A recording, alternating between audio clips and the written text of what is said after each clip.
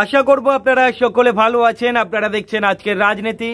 আমি সুখেন ঘোষ। আপনাদের কাছে একটাই অনুরোধ, চ্যানেলটি সাবস্ক্রাইব করবেন, আমাদের পাশে থাকবেন। বন্ধুরা, কল্যাণ ব্যানার্জির রাতের ঘুম কেড়ে নিয়েছে এই বাচ্চা মেয়েটা দীপশিতা ধর। কল্যাণ ব্যানার্জির রাতের ঘুম কেড়ে নিয়েছে।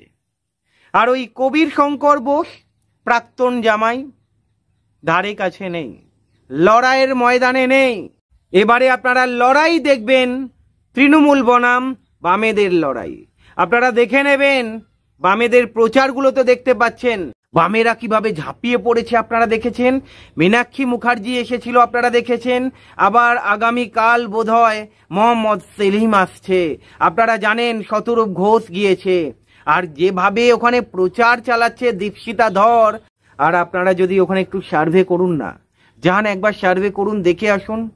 আমি বাজি ধরে বলতে পারি এবারে শ্রীরামপুরে হাওয়া বদল হতে চলেছে বন্ধুরা। এবারে তৃণমূলের হার নিশ্চিত বন্ধুরা।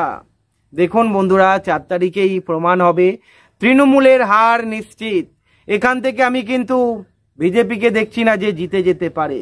আমি কিন্তু এখান থেকে একটা মেয়েকেই দেখতে পাচ্ছি, অনুমান করতে পাচ্ছেন, দীপশিতা ধর। আর এই দীপশিতা ধরের হাসিটা দেখেছেন? এই হাসির মধ্যে কোনো পাপ নেই, এই হাসির মধ্যে কোনো ছল চাতুরি নেই, যেটা আপনারা কল্যাণ ব্যানার্জির মধ্যে দেখে এসেছেন। 15 বছর ওখানে উনি সাংসদ ছিলেন, করেছেটা কি উনি? না কলকারখানার উন্নতি হয়েছে, দিন দিন পরিযায়ী শ্রমিকের সংখ্যা বেড়েছে। দীপশিতা ধর তো দেখিয়েছিল কিছুদিন আগে কয়েকটা গ্রামে, রাধাবল্লভপুরে রাস্তাঘাটের অবস্থা কি। তাই এবারে আমি বাজি ধরছি দীপশিতা ধর ওখান থেকে জিতে যাবে।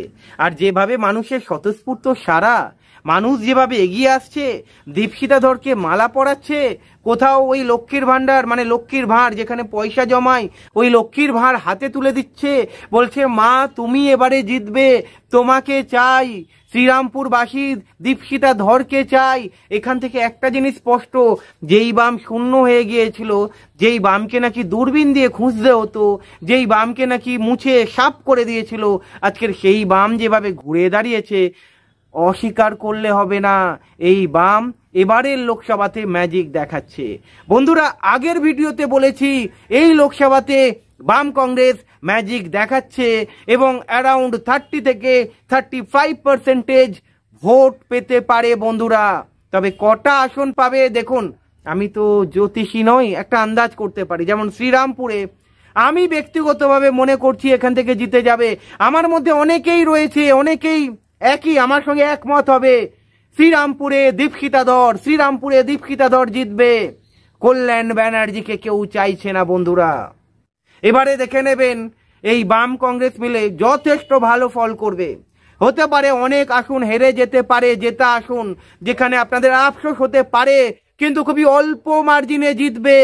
আফসোস হওয়ার কিছু নেই। বাম তো এমনিতেও শূন্য ছিল। একবার ভাবুন, শূন্য থেকে যেই উত্থান, যদি অল্প মার্জিনেও হেরে যায়, ভাববেন এইটা বামেদের জয়, এটা বাম কংগ্রেসের জয়। আগামী দিনে অশনি সংকেত বিজেপি এবং তৃণমূলের জন্য। ওয়েট করুন, 4 তারিখে আপনারা রেজাল্ট জানতে পারবেন। তবে দীপশিতা যেভাবে ঝাঁপিয়ে পড়েছে, প্রচার করছে এবং যেভাবে মানুষের স্বতঃস্ফূর্ত সাড়া পাচ্ছে, আপনারা দেখেছেন সব জায়গাতেই, প্রতি কটা বিধানসভা কেন্দ্রে বামেদের নিয়ে একটা আলাদা উচ্ছ্বাস দেখা যাচ্ছে, দীপশিতা ধরকে নিয়ে একটা উচ্ছ্বাস দেখা যাচ্ছে। মীনাক্ষী মুখার্জি গিয়েছেন, আপনারা দেখেছেন জনস্রোত কাকে বলে, মানুষের চিৎকার দেখেছেন, মানুষের একটা ক্রেজি ভাব দেখেছেন। আপনারা দেখেছেন শতরূপ ঘোষ গিয়েছে, মানুষের ক্রেজি ভাব দেখেছেন। এখান থেকে সত্যি এই বামকে শূন্য মনে হচ্ছে, এই বাম এবারে জিতছে।